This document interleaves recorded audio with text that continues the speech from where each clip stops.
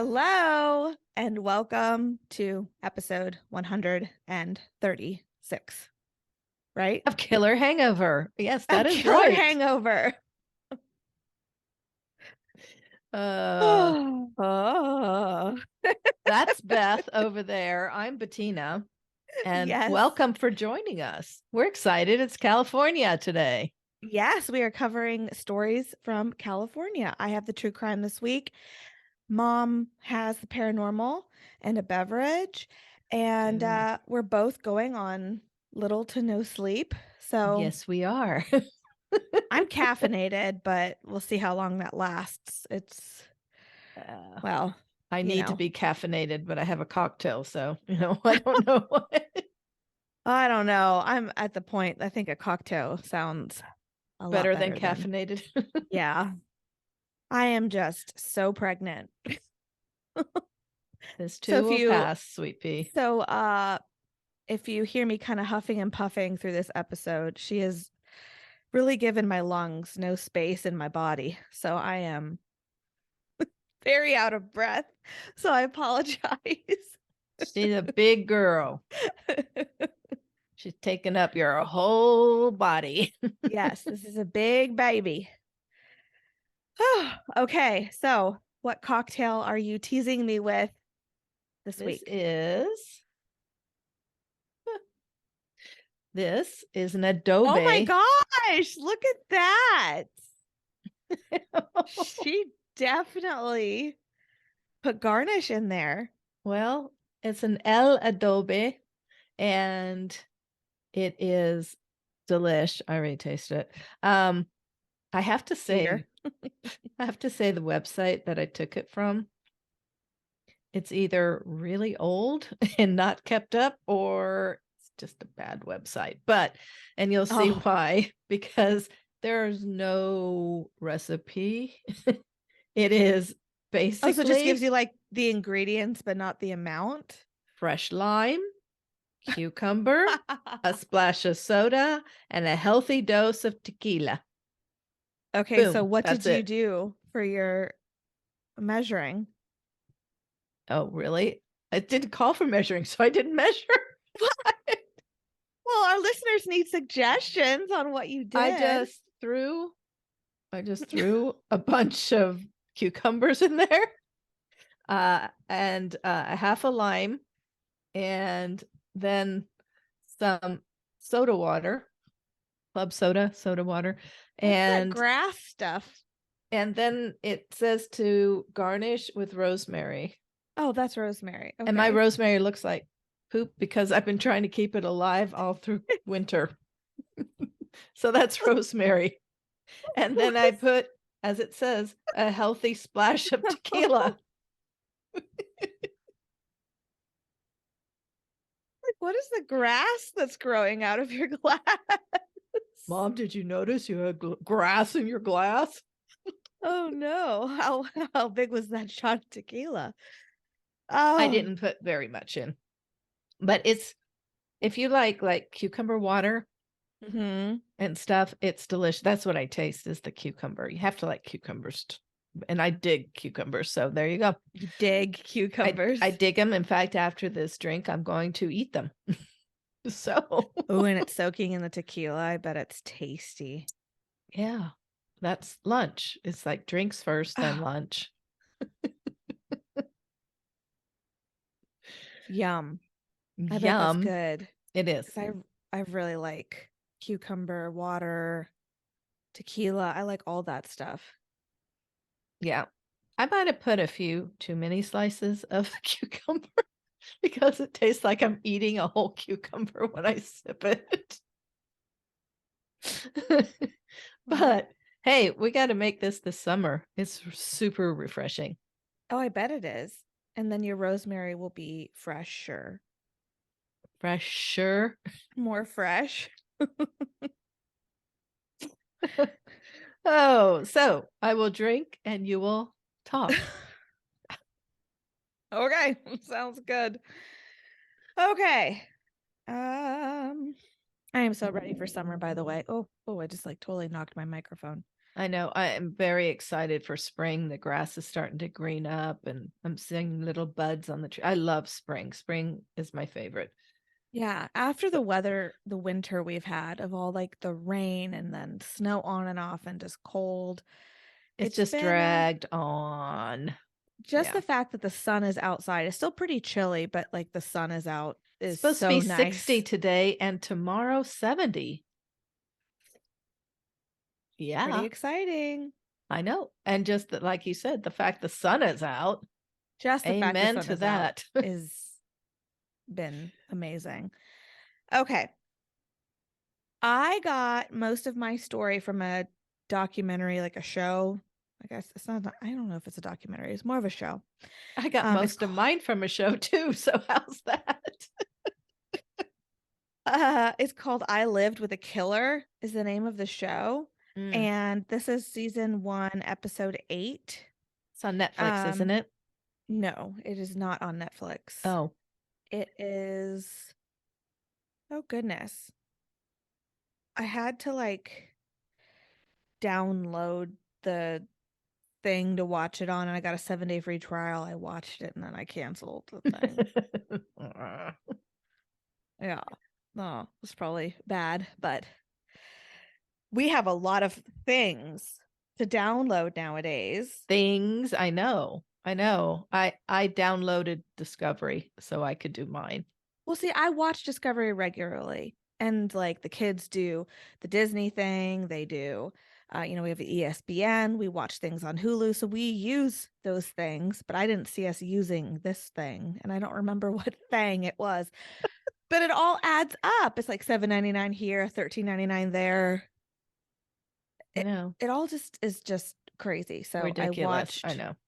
I watched this episode and then I canceled it. Bye But bye. um but the series, like the whole show, I Lived with a Killer, looked interesting. So I will figure out where I found that. And Thank you. if you guys want to it was like Reels or something like that. It was some Okay. other channel. I will post it on our website when I put the website up. How's that? Okay. Okay, are we ready? Yes. This is a crazy story.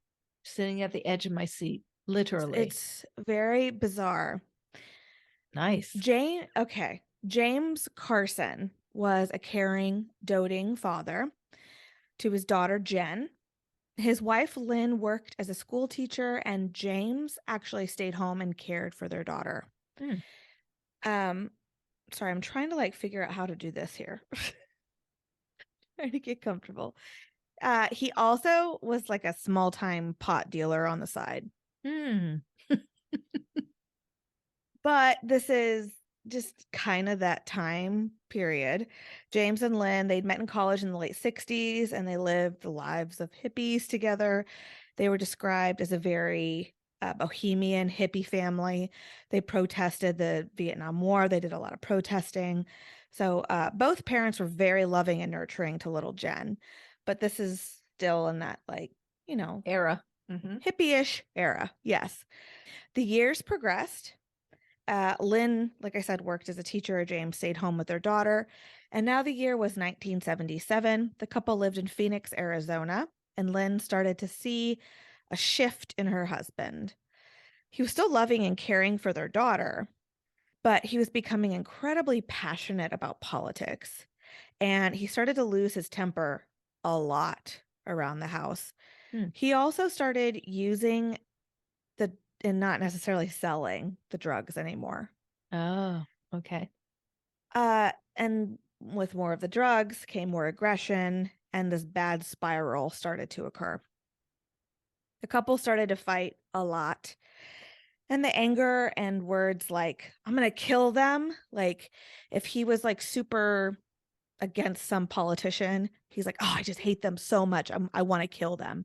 Like, he would just get very angry about And that things. wasn't the way he was before at Not all. at all. It really, I mean, he was always very passionate about things, but it just became very aggressive.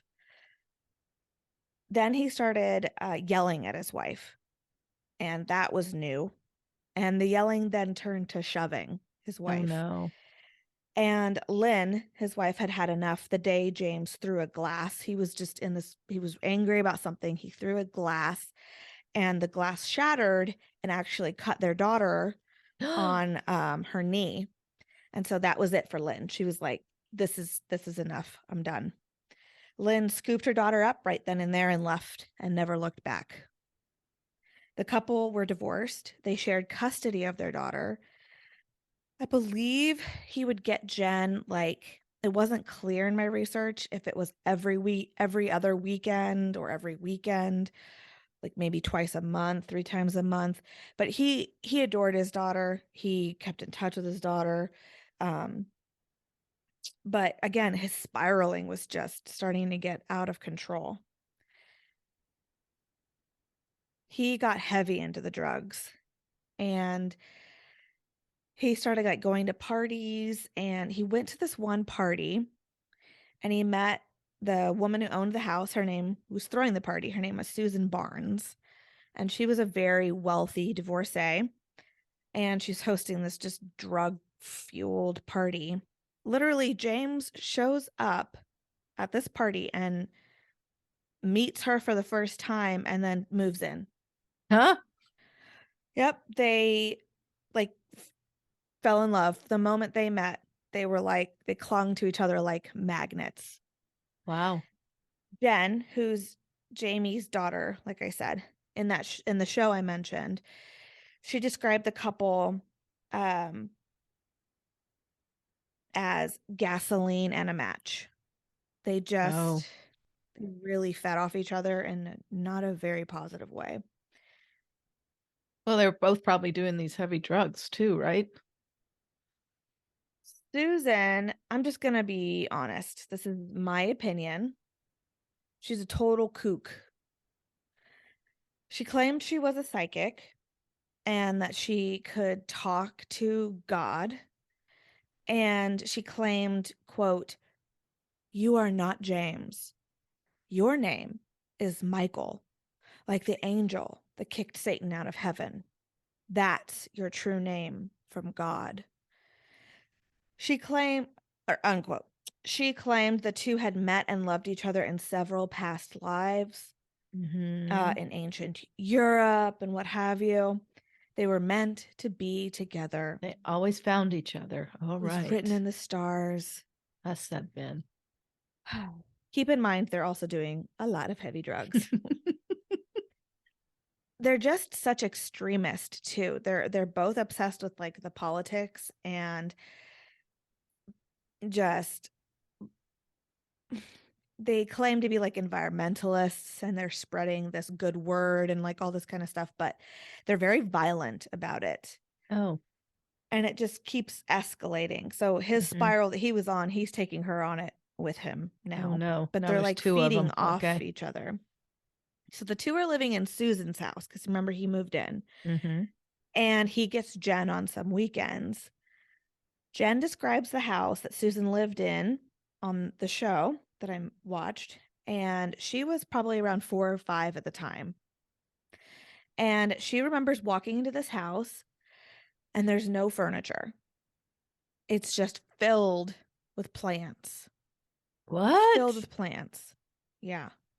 Trees, plants everywhere. But no She also chairs or remembers table. no.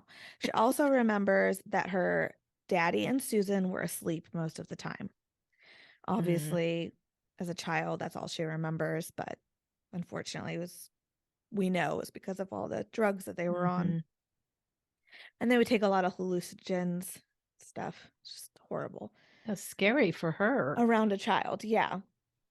Jen remembers climbing the kitchen counters, looking in cabinets, trying to find food. Oh no. And she remembers using the rotary phone, calling the operator and asking to call her mommy. James and Susan's delusions only escalated. Susan kept having these visions, and she started claiming when people were demons. Oh no. Oh no. And like I said, God was talking to her. And James, who I should say is now going by Michael, Yes. was 100% devoted to Susan. Soon, and I hate to say this, little Jen became an object in one of Susan's delusions. Little Jen was laying down to sleep, and she'd asked her daddy to rub her back the way her mommy did. Her father left the room for a moment, and Susan came in to fulfill the request. Susan started whispering in Jen's ear. Remember, she's like 4, that she was going to hell, that she was a demon. And then instead of tickling the little girl's back, she slashed the little girl's back with her sharp fingernails, Oh just all my down her back. gosh. The next day, when Lynn came to pick up Jen, Jen was like expressing that she was hungry and Yeah. because she hadn't eaten all weekend. And Lynn kind of, her mind doesn't go to those dark places right away. She was just like, oh, maybe they didn't give you a cookie that you had been asking for or something like that. So she didn't really quite take it seriously. But then later that evening, Jen told her mom, my back hurts. And when Lynn raised Jen's shirt to look, she discovered 5 open wounds on her daughter's back. That was that. She had to find a way to keep her ex-husband and Susan away from Jen. Definitely. And, court systems are difficult. And she would talk to Michael, now his name is Michael, his family, friends, like she's trying to get like people to write letters to prove that he has like totally gone down this wrong path. And everybody kind of wrote her off as the woman that lost her husband to another woman. Like they didn't I take her see. Okay. seriously. Mm-hmm. So she doesn't necessarily have much proof. And this is 77. So she does really what I think the only thing she could do is she ran away. She took her daughter and just With her left. child. Yes. So again, it's Michael now. It's not James anymore. It's Michael. He is transformed into Michael. So just want to throw that back out there. So she packs up. Well, before she packs up, she's like starts to make this plan of escape, right? And then one day she receives a call from Michael. And he says that he and Susan are leaving the country and they want to visit all these continents to spread their word and spread Susan's visions. And they were calling to tell Lynn that they were on their way to pick Jen up to No. go with them. They asked her to get her birth certificate ready and that they would be there in about an hour. That's when Lynn just rushed her plan and packed everything up and disappeared, went into hiding from her ex-husband. So Michael and Susan, they traveled to Europe preaching their religion. Although it wasn't legal, the two got married, using bunny ears, in a celebration by moonlight at Stonehenge. That's special. Eventually, I think that's actually kind of cool. Eventually, they run out of funds and they head back to the United States, trying to find like the best location that would fit their like hippie, hallucinogenic way of life. So they settled in Haight-Ashbury outside San Francisco in California. Now, they come to the United States with the names Susan and Michael Bear. Okay. And they preach and they sing and they are on this religious quest. Just the two of them?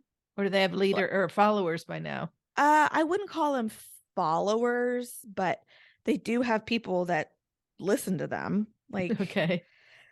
It was just the two of them that it's not like they formed some kind of cult following or anything like that. Mm-hmm. So they preached this personalized kind of bits and pieces of Islam captivated within this like mysticism. Like they called themselves religious warriors and they were radical environmentalists, like I said. and they made a living by selling pot. So on this religious journey, they meet Karen Barnes, a 23-year-old from Georgia. She had been in the movie Smokey and the Bandit with Burt Reynolds, I and remember that movie. he told her that she had something. So she packed up her things and she moved to California.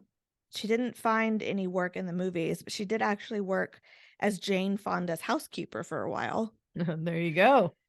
And then she finds herself in Haight-Ashbury in San Francisco with these two kookies. They moved into her basement. Wow.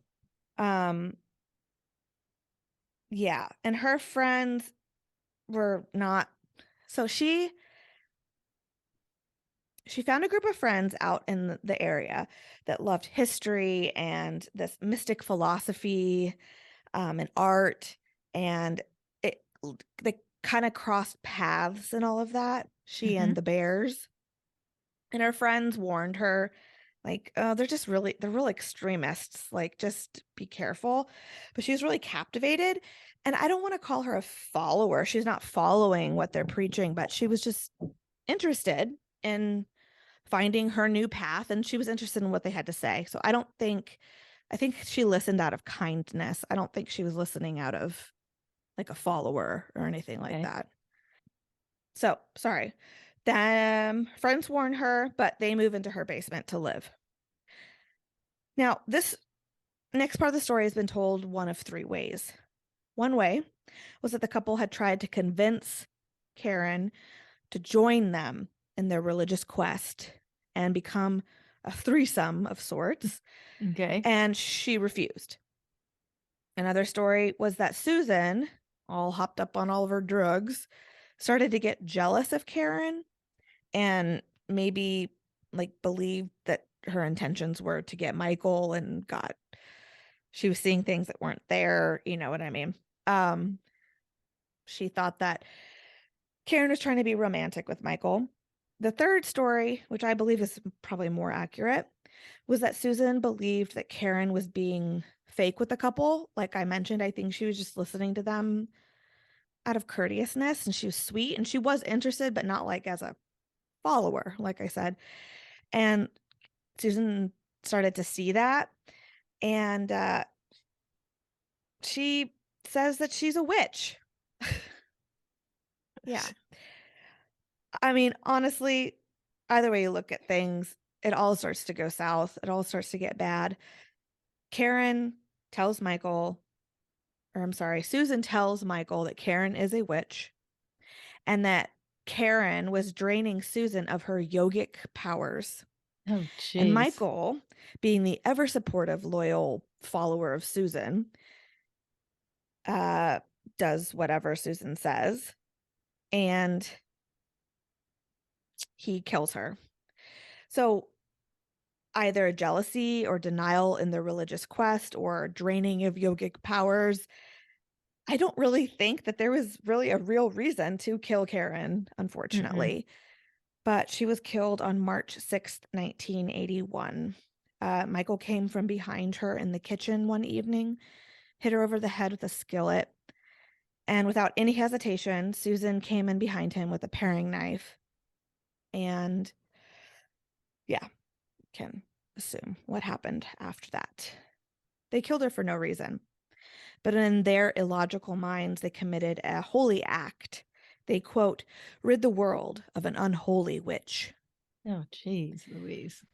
And unfortunately, by the time Karen's body was discovered the following day, Susan and Michael Bear had run off.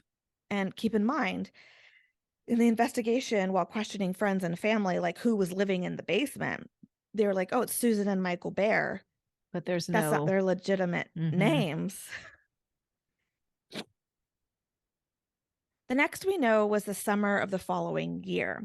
The two were working on a pot farm out in California, Humboldt County.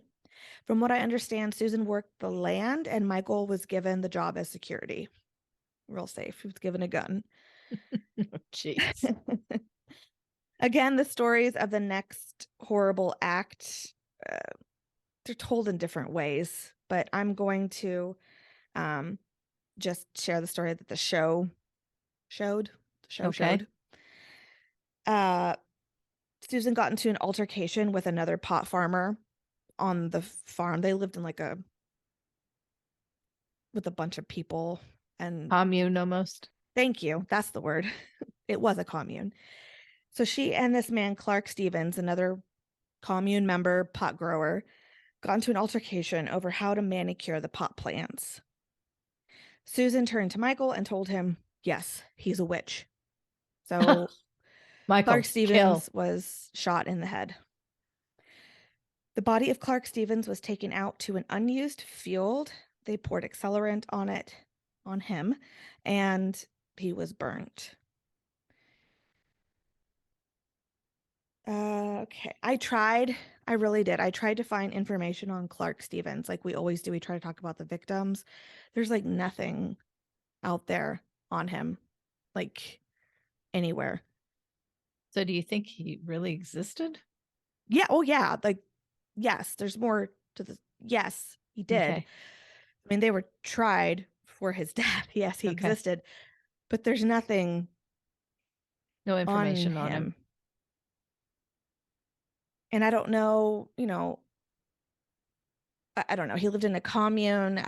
Maybe he was going by a different name too. Did police care? Like, I know that sounds horrible, but in those days, 77, 78, like he lived on a commune selling pot. Like, I don't, but I did look. So I hate to just like glaze over his death, but I could not find anything on him. So Michael and Susan go on the run again. Okay. I'm going to try to do this next part some justice, but it's going to really be hard because it's just so bizarre. So these two are on the run and they're hitchhiking along some road. And they see these police cars coming down the road, sirens going, lights flashing, and they're like, crap, they're after us. Mm-hmm. So they go and they run into the woods. Okay. So, but the police are actually out there on some unrelated search. Like, of course, police at this point still don't even know that poor Clark Stevens was killed. Like, that's a totally different thing. These police officers were out there looking for a missing hiker, some missing hikers. And so, I'm sorry, the visual is just horrible. So these two kooks go running into the woods to hide. Well, the police all pull over and they start searching those woods for these missing hikers. For the hikers, but they still think the police are coming after them. So the police are searching in the woods for these hikers. And all of a sudden, this wild man and this crazed woman jump out from underneath like a tarp, like they had hidden, they were hiding.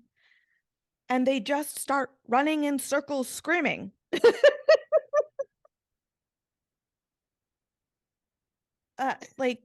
Yeah, they literally were just like jumping and screaming and running in circles around each other and around the police. And like, the police are like, what in God's name is happening? Well, in all of this bizarre, kooky run, I'm sorry, just picturing they're so freaking weird, these two. So they're running around screaming and a backpack is dropped in this process. And they just like run away. And the police are just left in like bewilderment. They go and they find they see this backpack that was dropped and they look in it and they discover a ton of drugs, which they're probably like, yeah, that does not make sense. That explains everything. That connects. But they actually also discovered a gun and a manifesto titled "A Cry for War." In this, they find it really kind of showed the depth of their illusions. They had targeted bombing sites that they wanted to overtake. They had planned out political assassinations, though. Like planned out. They had these just writings about how a nuclear war was going to happen, and just gibberish. And I think on the show, one of the police officers or somebody that was interviewed was like, they're half-baked ideas of justifying killing people. Oh, dear. There was detailed plans on how to kill witches, and they had a list of witches. And in the list, it included Johnny Carson, Governor Jerry Brown. It was a very detailed plan of killing Ronald Reagan. I mean, a very detailed plan. And that's what put authorities on high alert of just, yes, they're crazies with a ton of drugs running around in circles, but this isn't just total gibberish. This is a threat, right? A plan, yeah. And then in the backpack, they also found a driver's license for a Richard Iroda. So they just kind of put everything in evidence. Now, it's not until about 2 weeks after this moronic incident in the woods, the police are called out to the pot farm. Apparently, a dog they thought was a pot farm dog probably lives the best life, if you think about it, with all the snacks and everything on the pot farm. But they thought he was playing with a ball, and when the dog brought the ball to them and they went to throw it, head? It was a skull. Yeah. So the police get called out to this pot farm, and they said, they're trying to get a timeline. And they're like, well, he went missing around the same time that Michael and Susan Bear went missing.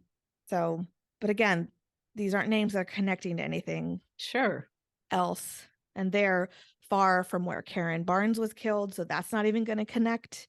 They don't have some computer system to type in the names. And so thank God we've come where we've come, where you can do that. Yeah.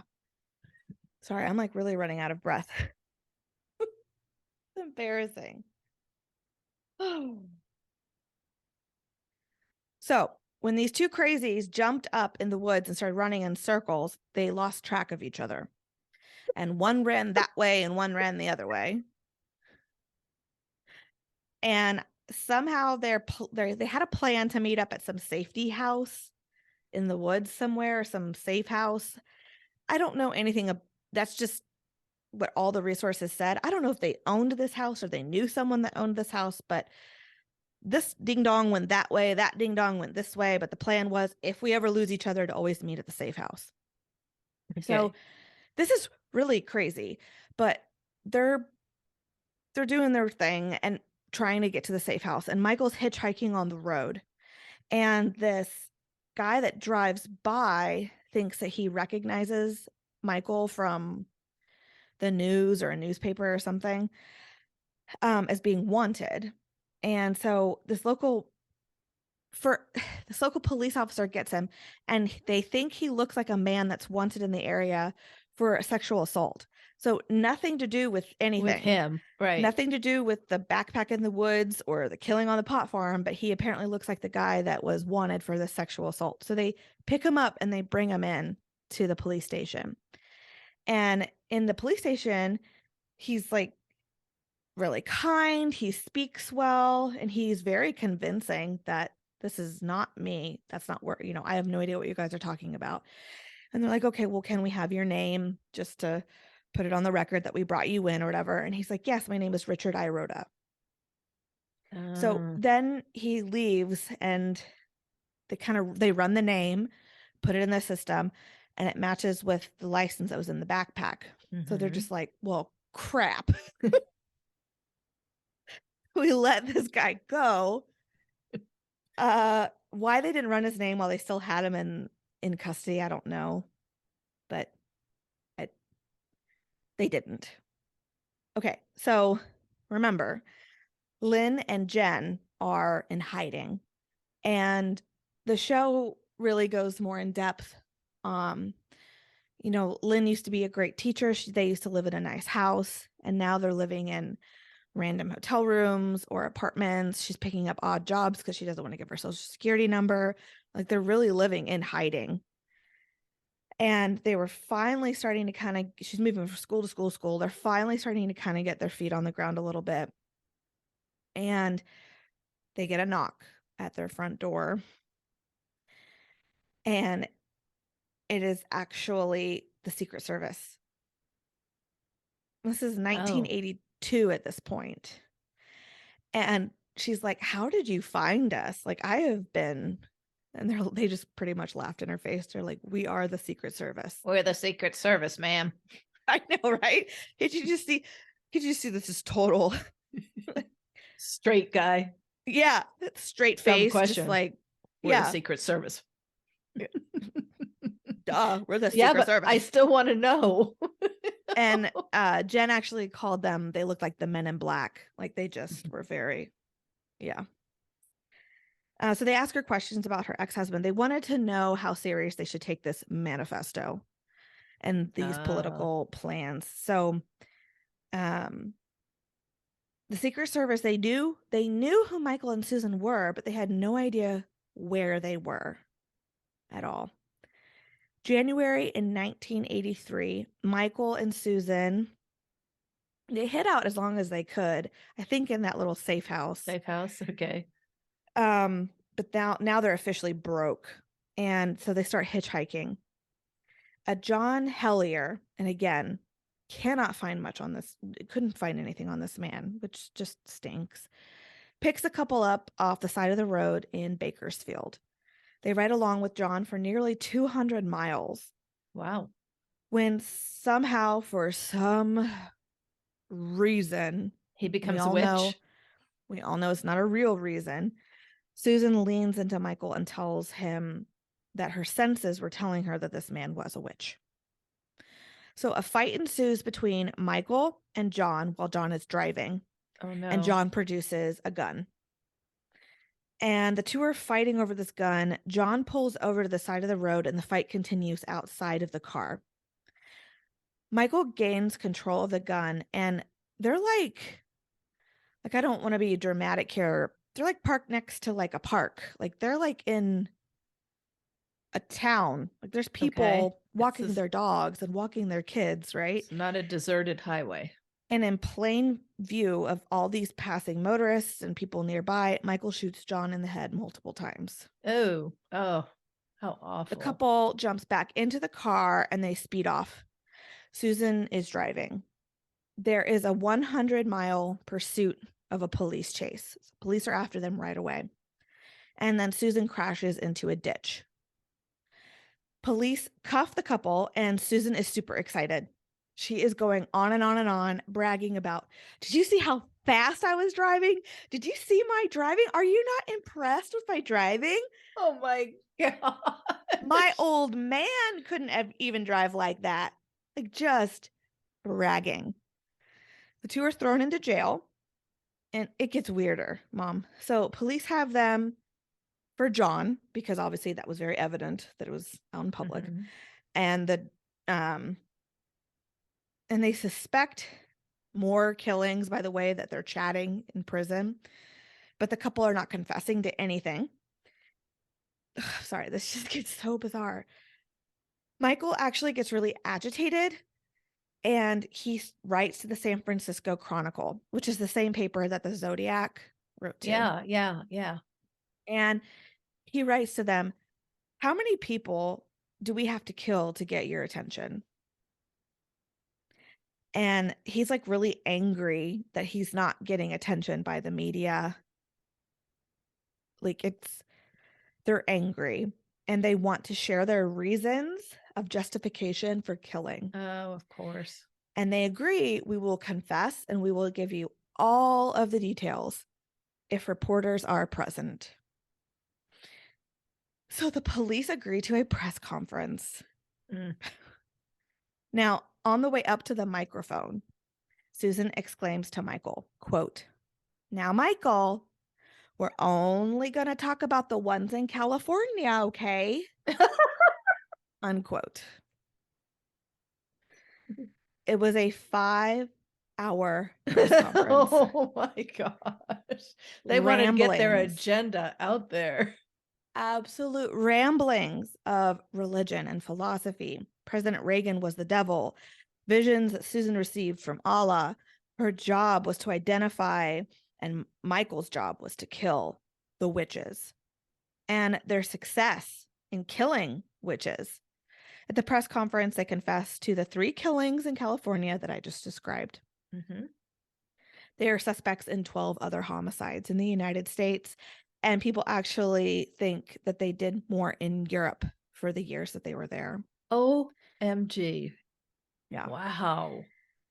But they were only charged with 3 counts of first-degree murder. The couple was deemed the San Francisco Witch Killers. They called themselves that. Then they wanted the media to call them that, and the media called them that. So they are the San Francisco Witch Killers. It just makes me sick. This is the last time you're going to hear me say that because I'm not going to call them what they want to be called. In 1984, the two were put on trial. Jen described the trial of her father as an absolute circus. Oh, The no. couple literally sat up there making out in court. So they got tried together. Multiple times. I mean, tongues down each other's throats as these killings are being described on the stand. They were using the defense that they themselves were being psychologically attacked, right?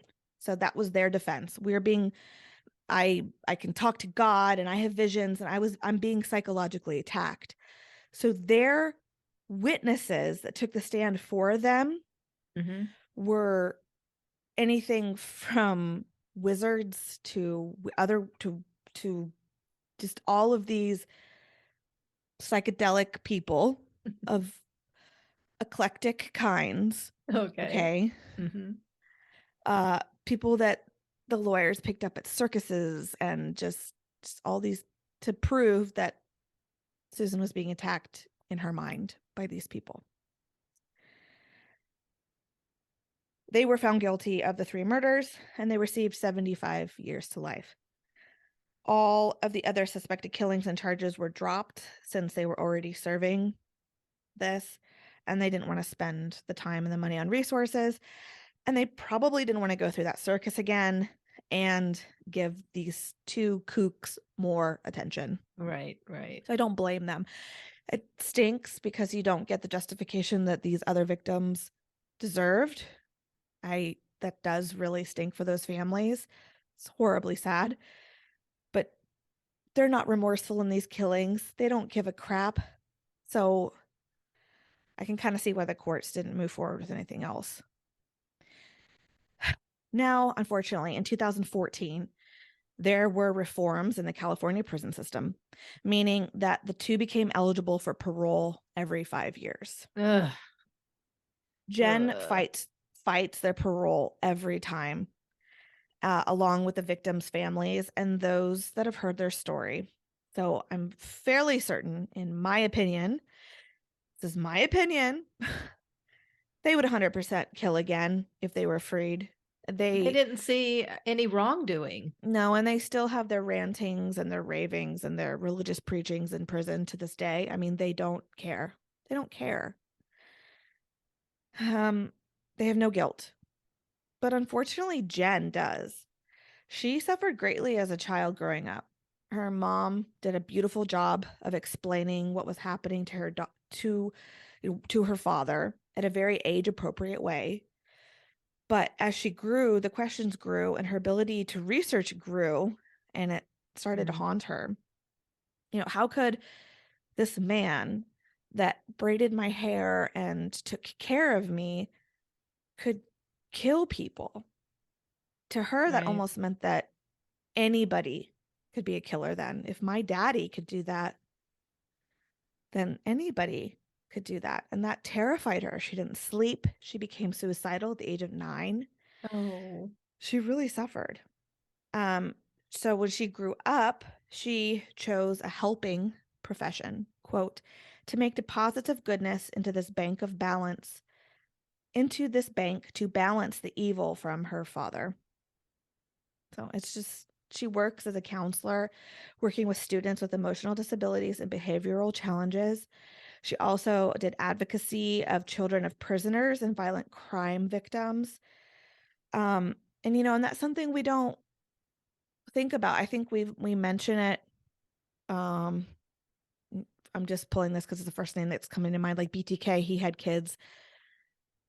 How did that affect them? Like they're just innocent. That's their daddy. Like that's just, there's so many children that are affected in that way. And I guess that was not something I really never thought about. And watching that show, I was like, wow, that's true. Like her dad used to brush her teeth before bed and braid her hair to go to school. And then she's reading in a newspaper that she found hidden in her mom's sock drawer about bludgeoning. And she's like, I remember there's a word I didn't understand. So I wrote it down and I looked it up in the dictionary and it was bludgeoning. And she's like, I wanted to find out that that's what my dad did to somebody. It's horrendous. So it's sad. It is. It is. It just affects everybody, doesn't it? Even though she wasn't around it, but it still affects her because that was her father. Yeah. Who she loved. Oh. Wow. Like, I've never heard of these people. Pretty crazy. Yeah. Yeah.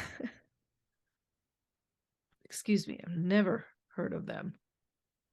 What nuts. Kooks. Total kooks. And it's like a mixture of pregnancy brain really sucks. That woman that was claiming her kids, the one who killed her kids out in she's on trial now. You did a whole story on her. She just killed her kids. She was doing the religious thing. It reminded Thank you. me I was so like, oh! It reminded me so much of Lori Daybell. I was going to say something while you were talking. It's quite a mix of like Daybell with like Manson with like, because it's around that same time of just,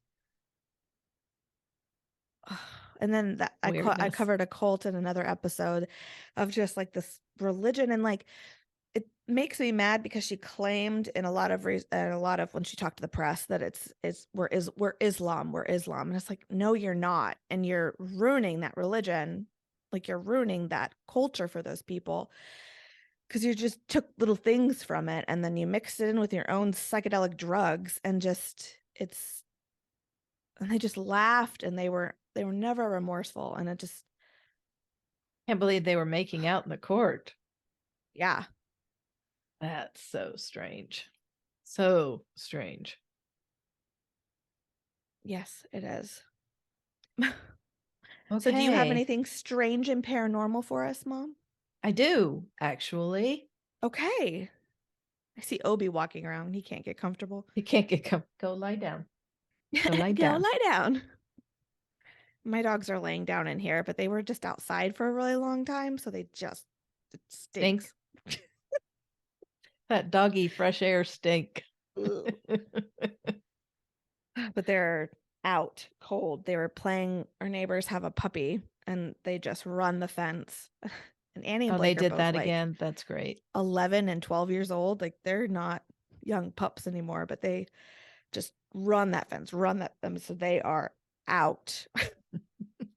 That's awesome. That's good exercise for those little ones. All right. So I looked up my cocktail, El Adobe, because I'm going to speak about the Los Coches Adobe. Does that sound familiar at all to you? Oh, it does. Was this on Ghost Adventures? Yes. Yeah. So the Adobe sits along the side of Highway 101 in a mostly rural part of Soledad, California, which sits about 200 miles south of San Francisco. I'm going to tell you a little bit of history about this place. It was built in 1843 as a home and was added onto throughout the years. After being built, the land was cultivated and became a ranchero, a ranch. Los Coches, which is Spanish and translates as, car, or also as carriage or coach. Okay. So one article I was reading said, that makes sense because you can call coches. It's mostly car, which is weird because this was when 1843. This this one translated it as pigs. And I was like, pigs? What does How'd that we have get to from do car and with coaches to anything? pigs? So I looked it up and I was like, what does this mean? And it's car. That came up all over, but one site had this long list of things it could be, and one of them was pigs. It's like, what? I don't think anybody ever rode a pig. So, like as a vehicle. I don't even. Anyway, the Adobe played a big part in the area. It was a Wells Fargo station agent office, a post office, a stagecoach stop, and an inn. So it was quite the place to be. From 1854 to 1868, it acted as a stop for passengers on the Bexby Overland stage, which ran between Los Angeles and San Francisco. And in 1872, the railroad came to town, connecting the area to San Francisco. So, but the travelers still had to stay a night or several nights in order to catch the stagecoach to go on to wherever they were traveling, because that's Okay. so It's the still railroad pretty far stopped out there there. and then did a turnaround, basically. Okay. There was a terrible drought in the 1860s that devastated the area. Los Coches was not spared. As with the entire area, the ranchero lifestyle came to an end. Land was sold, and in 1865, Ranchero Los Coches was bought by David Jacks. 100 years later, his daughter, Margaret, donated the adobe and 10 acres to the state of California and to Adeline Richardson O'Brien, a resident of the town whose family was one of the first settlers. There are still, this is fascinating to me, there are still some locust trees that were planted way back then that are still in existence. That's So so cool. can you imagine just standing underneath those trees with that much history under your feet? It's just amazing. No, that's really amazing neat. to me. Of course, with this long history, there are plenty of stories and legends that go with the area. One tale is that some miners were trapped in a mine near the adobe and died.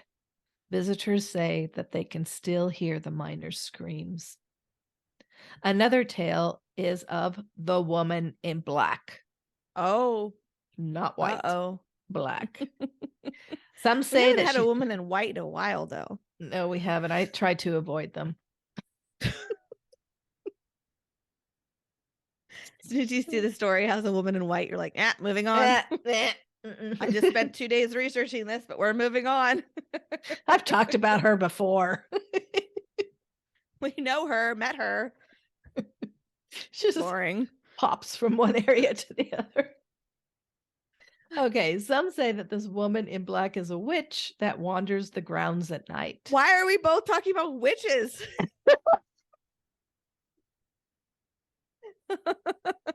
Those that have seen her face said it is Uh-oh. a face of pure evil. No.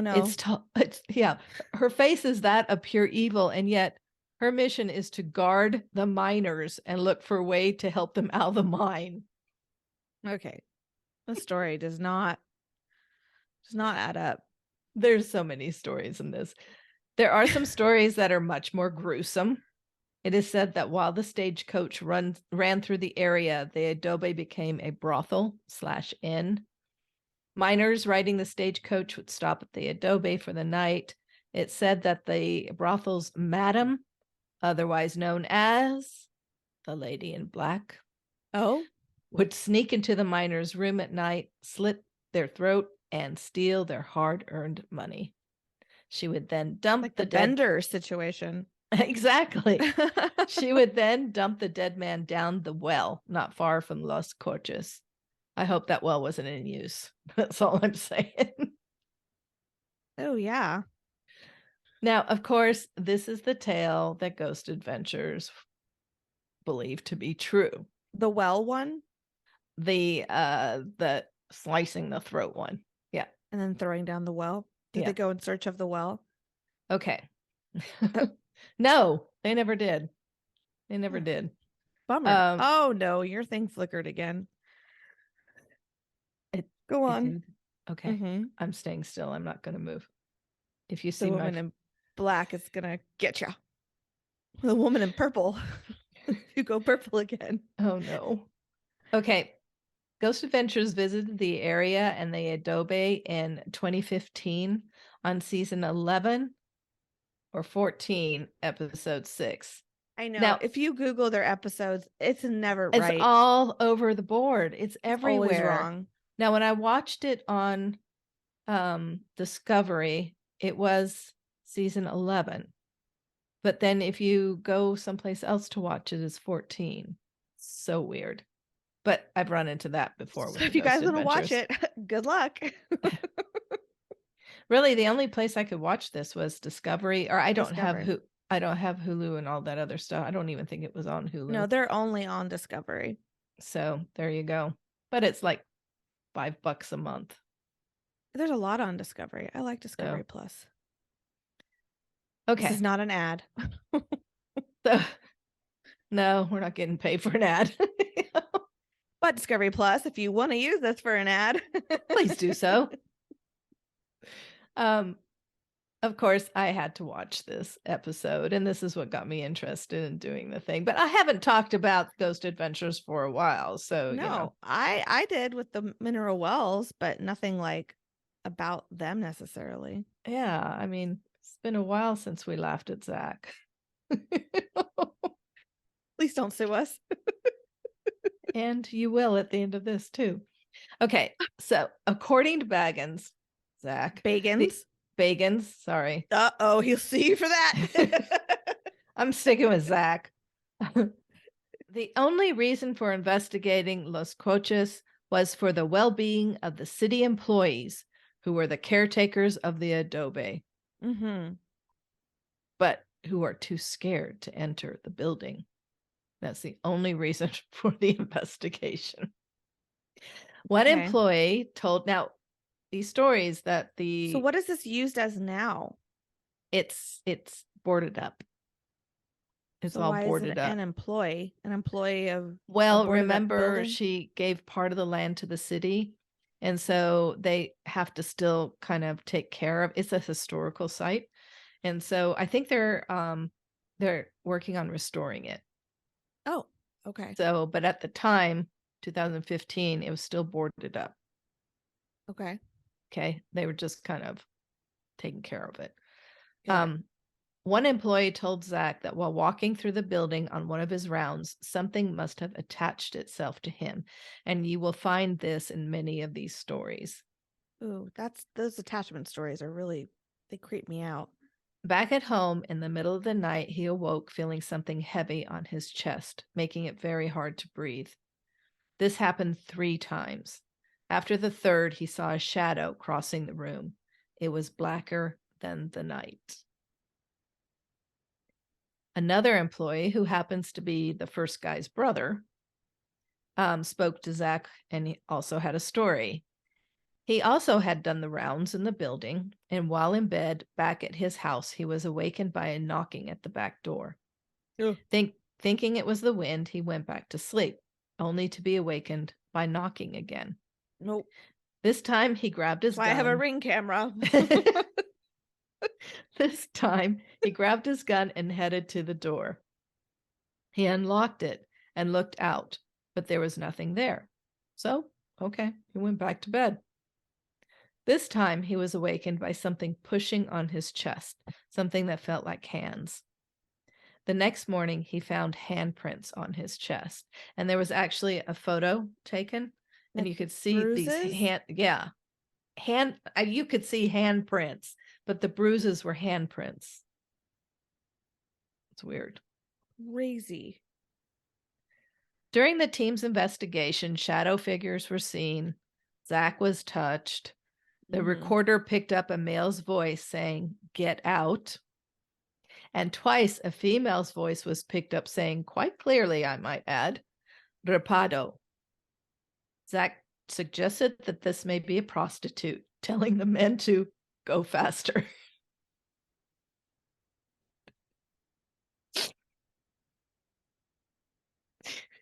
Okay.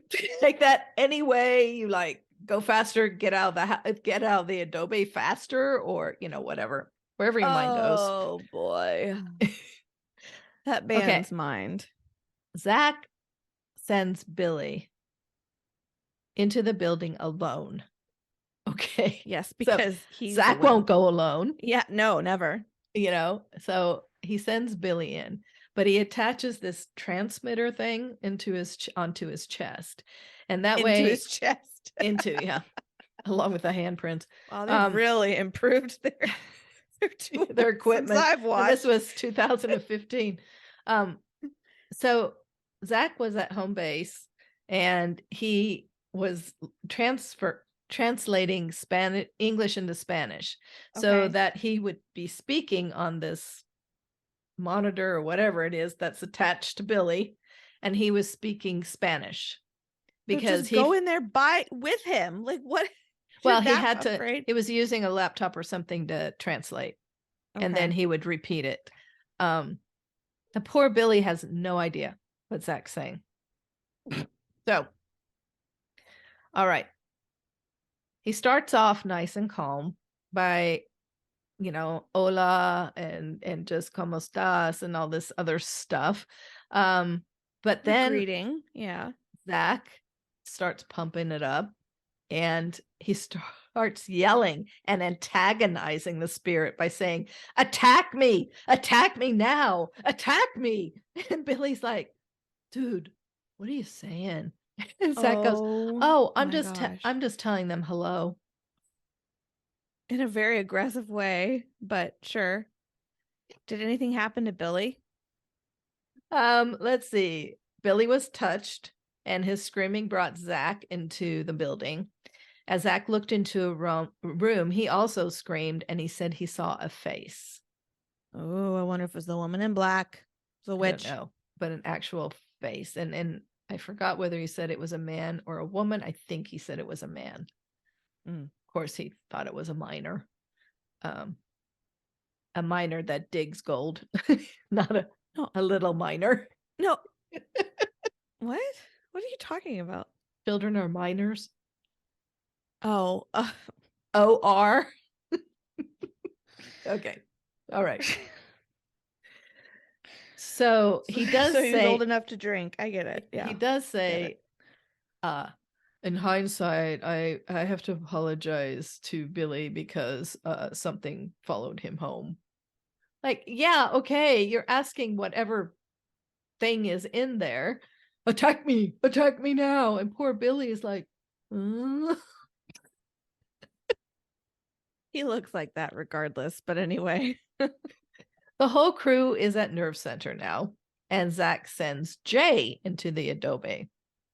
Jay hears many sounds, including footsteps right in front of him. And at one point, he gets so unnerved that he goes into a trance of sorts. So he just, in the middle of this room, he just falls and sits cross-legged. And he's holding his recorder thing out in front of him, and you can see this all is body cam or whatever that he has on, and you just see his hands dropping the recorder, and he starts violently shaking. So the crew back at home base, they haven't heard from him for a few minutes, and they were constantly talking to him, and there's silence. They give this just a few minutes, and then they run into the building, and they find him in this weird trance in the middle of the room. Crazily, it seems the whole crew, when they left this investigation, left with an attachment.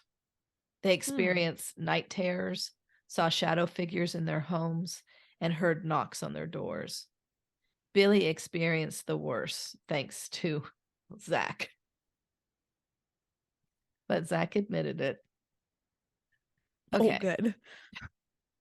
So this place seems, I have to say that this is one place I would not go into. Well, I just don't understand why all these attachments. Like, why? It doesn't seem like anything terribly dramatic happened there, unless you do go with the whole brothel story. But like, You know what I mean? Like Well, they what? also interviewed a brother and sister who had lived in the home as children. And the brother, there's a lot of dreams also connected with this place. And the brother um, said that he kept dreaming about this rocking chair. And there was indeed, when they lived there, a rocking chair in front of this back door.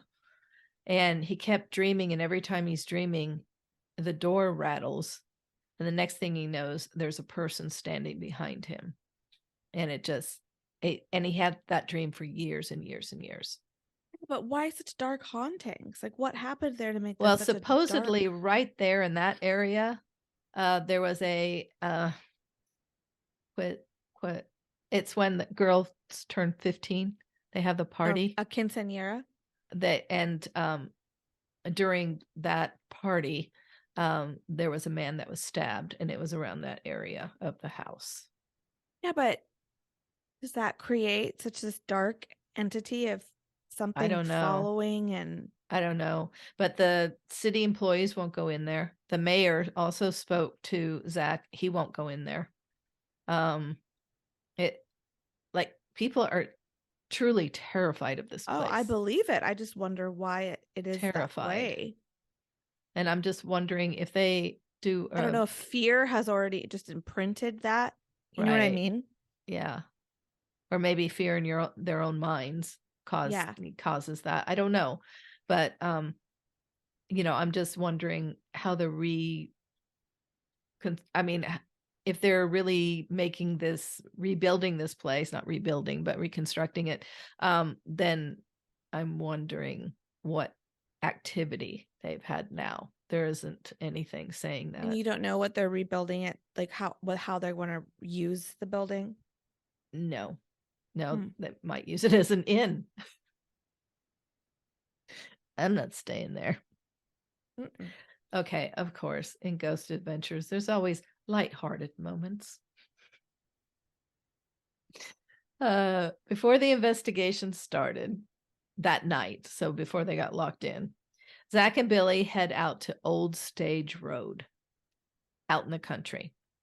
Now, this road is said to be very haunted, but not only that, this is an area where many bodies have been found. And Why? they think it's like a gang dumping ground. Like recently or like? Yeah. Oh, okay. Yikes. So the gang thing is kind of a more earthly threat, and Yeah. Zach, of course, is sitting on the edge of his seat. He's using the thermal camera, and Billy is driving. Okay.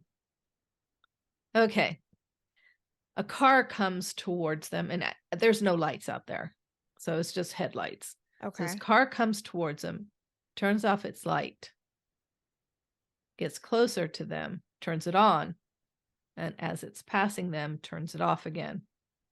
And then when it passed him, turns it on, it turns on again. And Zach's like, oh my gosh, watch, make sure he doesn't turn around. And Billy's like, you know what it means, don't you? You know what sign that is. And Zach's like, yeah, I do. And he goes, that's the gang sign that they're going to come and kill you. It's an initiation thing. And so they're like, Zach goes, I know. Are they coming? He is terrified. And he goes, no, they didn't turn back around.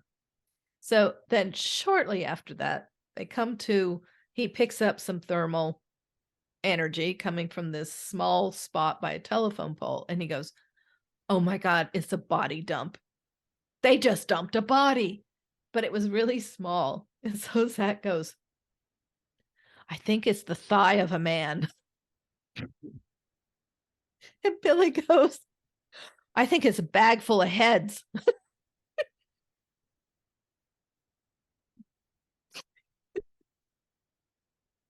They're so weird. Talk about a bunch of kooks. Okay, I'll end with what Zach and Billy came across next. So thermal camera once again picks up a large object, okay, on the side of the road. It is so clear to me that it is an animal, okay? But Zach is like, "Oh my god, what is this? What is this? Oh my god, what is this?" And they both start freaking out. Totally start freaking out. Uh, okay, as they come closer, it is clear, very clear, that it's a cow.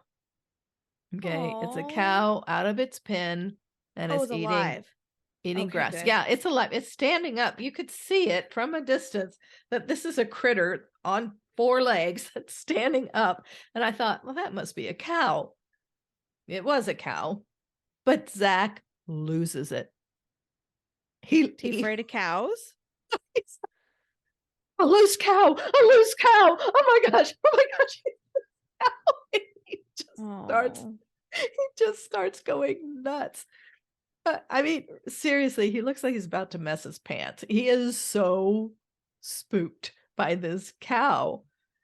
And I understand Zach may be a city dude, and so he doesn't hmm see loose cows very often. But okay, think about this. You're on a country road in ranch land, way out in the boonies. in ranch land. It's not common, but it's also not unheard of that a fence would break or something and a Sure, cow would wander out. I mean, we know that. We live in Kansas. We've sure. seen a few cows that are running around, but I mean, the city You know boy, what? You know what would be really cool though is one of those thermals just out in the field though. oh, You know what I mean? yeah. Like just random field. Even go to the one behind my house. Well, I don't know if I'd want to be that close to home, but like I wonder what you'd pick up. You played a Ouija board out there. Yeah, I did. But I wonder what you would pick up though, you I know? know. All the little mice and stuff running around, Yeah. and if I see anything going shh like that, I'm out of there. Mm. No, but I wonder that'd be pretty interesting. It's like I've always wanted to do a metal detector, like on the ground, you know? That would be fun. I've That would always be wanted to fun. do that. We're both so weird. We are But weird. Talk the about a bunch of kooks. the thermal camera would be super cool. I think so. You know, it's sort of like taking one of those, not black lights, but the thing that picks up human In hotel secretions. rooms, yeah, it's a black light. Yeah, I would never do that. I'd No, probably never stay in a hotel ever again if I did that. Even in the nicest hotels. Like I just would never do that. on the headboards behind you I have and no desire to do that. No desire to continue this conversation. So anyway, I had to end with some fun stuff, but Ghost Adventures really did a good job on this, and they did pick up some I'm just stuff fascinated with such dark entities and that follow you home. that But like scares the why? bejesus off of me. And usually Zach is pretty good about doing the stay away, stay here, don't follow me type ritual after he investigates. Well, I does mean, he he have says anything follow him home? Because it sounds like just Billy and everybody else had something happen to no, him. he did too. The whole Oh, crew, the whole crew did. So I don't know whether he just says he does that or he forgot or it wasn't strong a enough. location like that, I don't think you'd want to forget. It's just And weird. I wonder what the real history is, you know? I know because there's so many different stories. Yeah. But the mayor said, yes, that he thinks it's true that it was a brothel. Yeah. So Interesting. don't know, but there you go. Don't know, but there you go. We have to drink this El Adobe drink with it. Oh, I can't wait to drink that drink. Okay, well, resources for this episode are going to be on Website. our website, Oh, our website. killerhangoverpodcast.com. You can, obviously, if you're watching us or if you didn't know, we're on YouTube. Please like, subscribe, and do all the fun YouTubey That's why you're things seeing us now. if you're seeing us. Yeah. We appreciate it. Yeah, I think that's Like kind and of the subscribe, right? kit. Yep. Yep. That's the whole kit and caboodle. You can also subscribe. Wow, I cannot say that word today. Wherever you listen to your podcasts. Thank you. I need a nap. I think I just need a nap. You do need a nap. So we'll wrap this thing up. Well, this was a good one, Mom. It was fun. It was bizarre. Just be prepared. When baby comes, we might have to take 1 week off to get footing. But if you're just gonna die without us, Oh, yeah. we're on Patreon, so we'll always be putting out episodes there.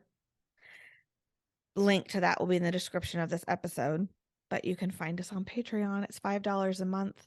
And like I So said worth last it. time, I can't wait to start using that money for a cocktail that I get to enjoy. And you don't have to drink alone anymore. Yay. I am Well, bringing champagne, though. When I come to your house, I'm bringing oh, champagne. okay. After I was like, baby, we're all having a little sip of champagne. well, yes, of course. Cheers, Mama. Cheers. I love you, kid.